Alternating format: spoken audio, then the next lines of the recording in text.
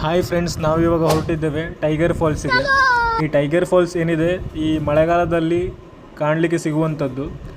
ನಮ್ಮ ಜೊತೆಯಲ್ಲಿ ನಮ್ಮ ಗೆಳೆಯರು ಸಹ ಇದ್ದಾರೆ. ನಾವು ಒಂದು ಸರಿಸುಮಾರು 2.5 ಕಿಲೋಮೀಟ್ರು ನಡ್ಕೊಂಡು ಹೋಗ್ತಾ ಇದ್ದೇವೆ. ಈ ಪ್ರಕೃತಿಯ ಮಡಿಲಲ್ಲಿ ಹೋಗುವಂಥದ್ದು ಏನಿದೆ ತುಂಬ ಅನುಭವ ಅದ್ಭುತವಾದದ್ದು.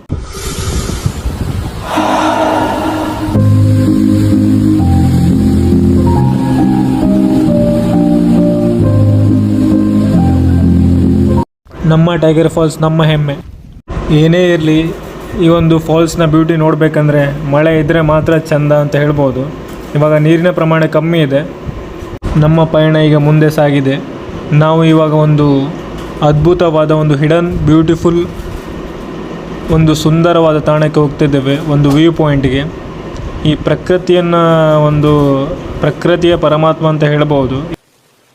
ಇದು ನಮ್ಮ ಭಟ್ಕಳ ತಾಲೂಕು, ಇಲ್ಲಿ ಮುಂಡಳ್ಳಿ ಅಂತ ಒಂದು ಗ್ರಾಮ ಇದೆ.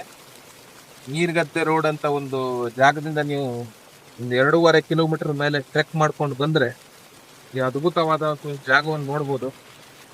ಅದು ಆ ಜಾಗ ಏನ್ ನೋಡ್ತಿದ್ದೀರಿ ನೀವು, ಆ ಬೀಚ್ ಏನ್ ಕಾಣಿಸ್ತಾ ಇದೆ ನಿಮಗೆ, ಇದು ಹುಯಿಲಮುಡಿ ಬೀಚ್ ಅಂತಿದೆ.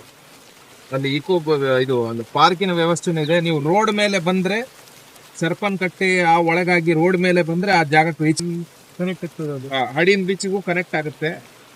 ಅದರ ಆ ಕಡೆ ಗುಡ್ಡ ಏನಿದೆ, ಆ ಗುಡ್ಡದ ಆ ಕಡೆ ಇರೋ ಬೀಚ್ ಏನಿದೆ ಅದು ಸೋಡಿಗದ್ದೆ ಬೀಚ್ ಅಂತ ಹೇಳ್ತೇವೆ. ಇದೇ ಆ ಕಡೆ ನೀವು ನೋಡಿದ್ರೆ ಅಲ್ಲಿ ಲೈಟ್ ಹೌಸ್ ಇದೆ, ಅದು ಬಂದರ್ ಅಂತ ಹೇಳ್ತಾರೆ.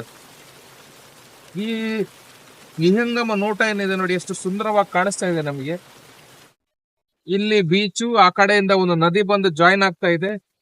2.5 ಕಿಲೋಮೀಟರ್ ನೀವು ಟ್ರೆಕ್ ಮಾಡಿದ್ರೆ ಈ ಸುಂದರವಾದ ತಾಣಕ್ಕೆ ಬರ್ಬೋದು ನೀವು.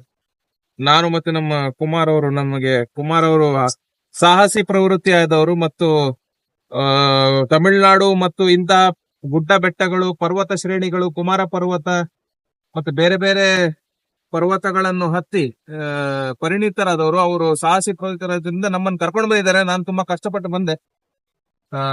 ತುಂಬಾ ಸುಂದರವಾದ ಒಂದು ನೋಟವನ್ನು ನೋಡ್ತಾ ಇದ್ದೀರಿ ನೀವು.